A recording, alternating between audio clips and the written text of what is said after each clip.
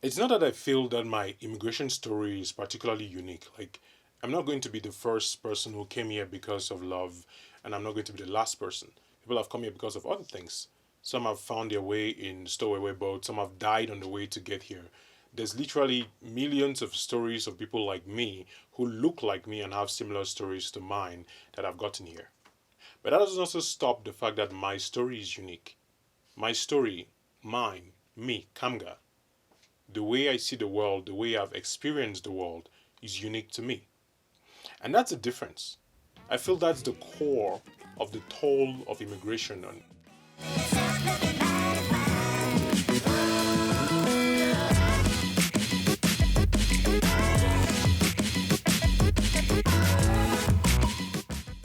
Whether it's your first time being to a new country, a new city, a new town, whether it's the last time being there, there is never enough experience in theory to prepare you for whatever you're going to meet because nobody knows what you have seen before. Some people move here and after 6 months, a year, they figure things out really fast. Some people take years and don't even get as far as others who've taken 2 years. And there is no formula, I feel, to define how someone who leaves a country where they were born goes to another one, adapts as quickly as they can. But one thing I know is that there is a price to pay, what I call now the toll of immigration. There is a price to pay for being in a place that you've never been before. And that price varies. For me, it was periods of gross depression, periods of feeling that I had nothing to offer, that all the life I had in Cameroon was done. Everything I'd ever done, wherever I'd worked, all the things I'd quote accomplished were over, and I was starting from scratch. It was living in this same place, not being able to drive, not being able to get a job, and wondering what it means to be a man. Literally, a man from where I come from takes care of his family. And if I can't drive, if I can't get a job, if I need to show 2 to 3 years of experience that I've had in a previous country, but now because I'm starting from scratch, I can't do that, then what kind of man am I? What kind of husband can I be if every single place we go to, my wife has to drive us and she has to show me every single thing? On the one hand, in theory, I understand that this is normal. I'm new here. I don't know these things. I'm supposed to learn and adapt, and in the future it's not going to be the same way.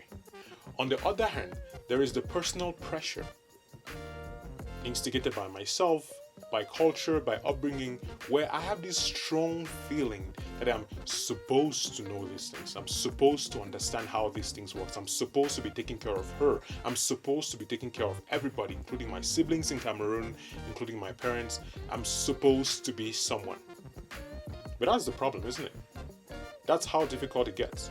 Not just with immigration, but almost everything. Every time you remove yourself from a situation, whether you lose a job or you lose a relationship or somebody dies, there's this feeling that you're supposed to be doing something or supposed to be someone. And that's the problem. Because the only way I'm finding to move forward is to take a step back and realize that I'm not supposed to be anything. What is. I am a husband, I am an immigrant, I am a storyteller. And I am those things not because I'm supposed to be them, because I chose them. I chose to come here and marry my wife. That made me an immigrant. It was a choice, whether conscious or not, that I made. I've chosen to tell stories my whole life in whatever format I could find. I chose the label of storyteller. So instead of things being things that were forced upon us, like you move to a new place or you lose your job and you're forced to be this new person, oh, I'm his ex, or oh, I no longer work there, or I'm unemployed. Like, there are all these labels that we put on ourselves and force ourselves to supposed to be them. You don't have to be those things. Because I know I don't have to be an immigrant, I don't have to be a storyteller, and I don't have to be a husband. And if you don't have to be something, but you are it, then ask yourself, are you making the choice deliberately? Are you choosing the things that you want to be? That's my own personal conclusion. I've been reading books to figure this thing out, listening to people, watching videos, and no matter how far I look for the answers, a lot of the times the answers just come from within. And that within could be the soul, it could be God speaking to you, it could be the combination of all this information. And sometimes it could just be the truth. That wherever you move, however heavy the toll of immigration or changing status is The answer is with you. And the only way to get that answer is to ask yourself, what do I want to be? And then be patient for the answer.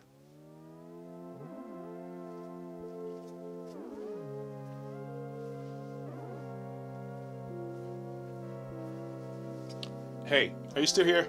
Don't forget to subscribe to the page and like the video and let me know what you think about it. I'm trying to do some really cool stuff here. So, yeah, don't forget. Bye-bye.